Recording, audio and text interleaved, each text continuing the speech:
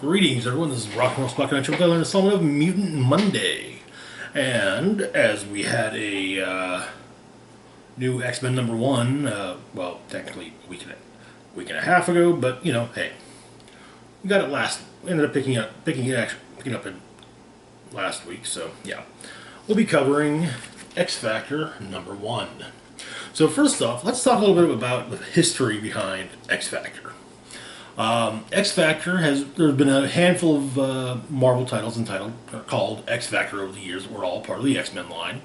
The first one, currently I think the longest running of the bunch, or possibly second longest, I'm not really sure. But the first one focused on the original 5 X-Men coming back together to be superheroes. While the X-Men consisted of mostly members from the all-new, all-different lineups that debuted in Giants at #1, as well as a few additions from over the years. After 70 issues of that, of the book focusing on the original 5, the lineup changed, and it was now a government-sponsored super team led by Cyclops' little brother Havoc, as well, and also featuring Polaris, Strong Guy, Quicksilver, and Madrox, Wolfsbane. I think that's everyone that was on. I think that's the Havoc plus those 5 was that initial lineup. Other members will be added on over time. Some would also leave. One was believed dead for a while. Yeah, actually, a couple were believed dead, but yeah. There was another X Factor series, a brief miniseries after that one. Then, after the success of Peter David's Madrox miniseries, and as also spitting out of the events of House of M, came another X Factor series. This one focusing on taking the idea of X Factor, doing it as a X Factor Investigations. They were a private investigation firm in what was known as Mutant Town in New York. They were led by Madrox, and once again included Strong Guy, Wolfsbane, also Richter, Siren, Shatterstar and Longshot would both eventually join the team, as would Monet from Generation X was on the team. Darwin would join the team eventually.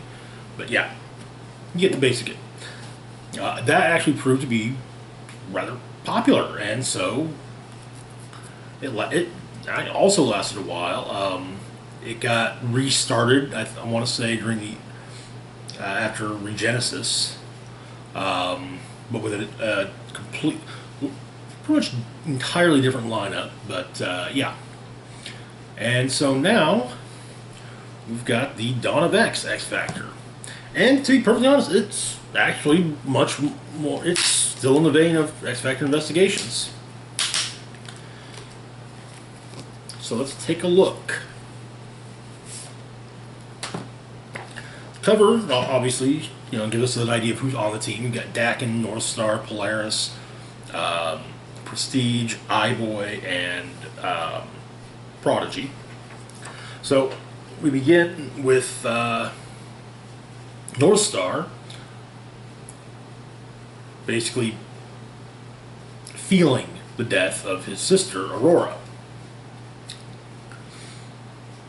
His husband notices that something's wrong and asks if everything's okay, and he explains that Aurora's dead. And he then flies to the hatchery on Krakoa, insults the 5, and demands they bring his sister back. And so, but they do manage to calm him down and say, hey, we need proof of death.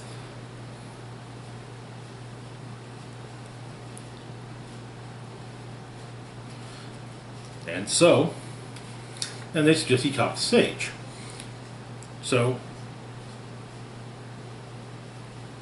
he does. Then Sage directs him to the Green Lagoon Tiki Bar, and he talks to the bartender, Blob, and Polaris informs him that that Northstar's going about his investigation all wrong. As the two of them leave, Dakin suggests he join in, but, well, they'd rather not have Dakin on the group. Later, they recruit Prodigy as well as Prestige. And, well, iBoy just kind of comes along. However, Dakin does kind of show that maybe having him along wouldn't be the worst idea in the world.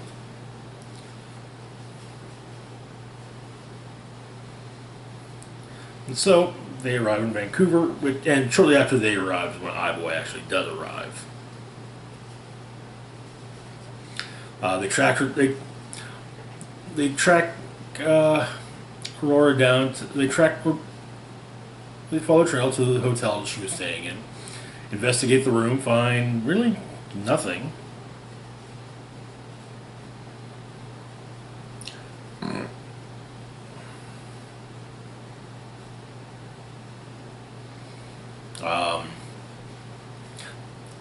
Dakin goes to talk to the clerk of the desk using his pheromone powers to talk to him, or to get information out of him. Prestige uses her chronoskimming powers to basically see Aurora's various days in the hotel.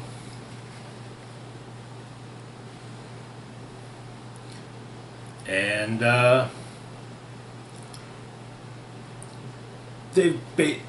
between Prestige and Deck, and they've actually managed to get a decent amount of information, and they follow the trail to the scene of a car accident.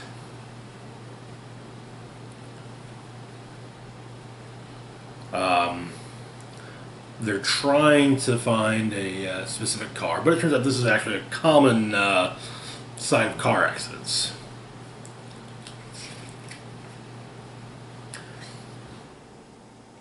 And then they actually do find the car with Aurora inside, and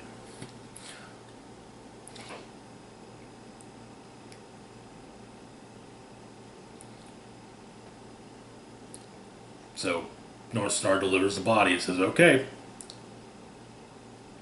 she is dead. I got proof."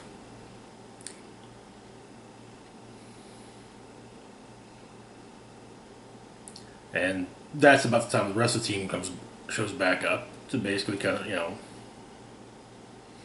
and it suggested an autopsy be performed to make sure that she did drown.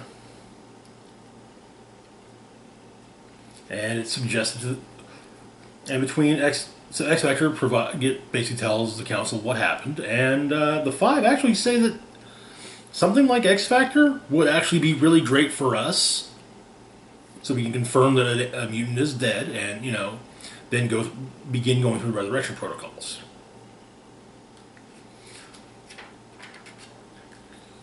Initially, Polaris is nominated to be the leader,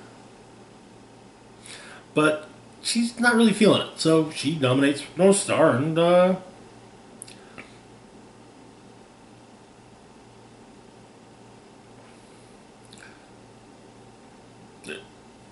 he has to think about it for a minute, but yeah, he decides to.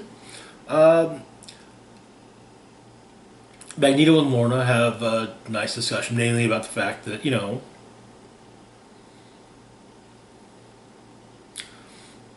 in part, Magneto's concerned that she's shirking such an important leadership role. And she says that she has her reasons, and he also does he mentions her that as Lorna is his daughter, there are certain expectations on her. So she asked him to describe her personality, and well,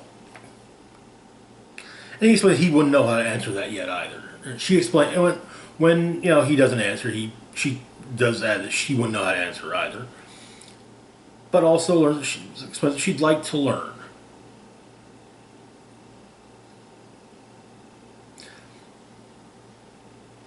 Which I got to say, it's actually really nice to see Magneto and Polaris having a nice father-daughter dynamic between the two of them.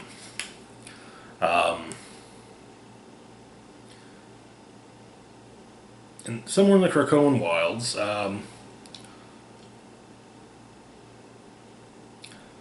Polaris makes kind of a seat and talks to Krakoa, tells her what, and they link up and they build something together. And then Polaris promptly passes out. The next morning, the rest of the team shows up, and immediately, Dakin refers to the place as the Boneyard.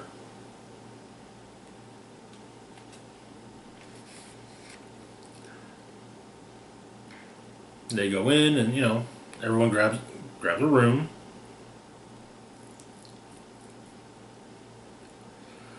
And then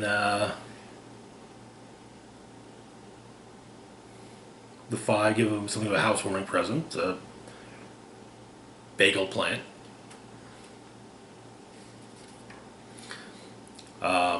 Forge explains that he's made, with the help of Krakoa, he's made something called Fleet Seeds. Zero waste, sustainably designed proxy messenger system with a passive psychic interface. The idea being you whisper into them, and the wind takes care of the rest. Well, and then they're suddenly inundated with requests, and it would seem the Fleet Seeds work. And so, X Factor gets to work. There are the heavily redacted rules of resurrection, explaining that Article 1, no resurrection will be initiated without proof of death. The entirety of the second article, Resurrection Q, is redacted, though an augury incident is mentioned. Article 3, in the event of force, which again, also redacted. 4, almost completely redacted, including the name of the article. Article 5, request for proof of death, and then a couple of other redacted things. And missing mutants cases shall hereby be made to X Factor investigations. Missing mutants cases are generated automatically under the following circumstances. If Cerebro is unable to pull a backup from a person for no less than a month, upon which a report is automatically generated for Sage for identification and categorization. If Sage is then unable to detect the mutant is then categorized as officially missing, and a report is automatically generated for X Factor's investigation queue. Article 6 is almost completely redacted. Same with 7 and 8, as well as 9 and 10. And that is X Factor number 1. I like the direction they're going. I think there was some of the early solicits referring to this as kind of being like X-Men, CSI, which, okay. Kinda, but not. I mean, it focuses being more on missing persons than, figuring out how a crime was committed. I think there's some similarities, especially with things like, prestigious chrono skimming and interrogating witness and talking to witnesses and so on and so forth. So, I mean, I can kind of see it. Like, I would say it's kind of in the ballpark, but it's still kind of different. And I'm not complaining about it being different, though.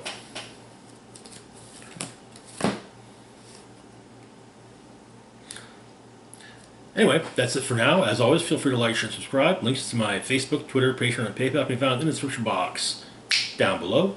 This is Rock and Roll Spock signing off, saying live long and rock hard.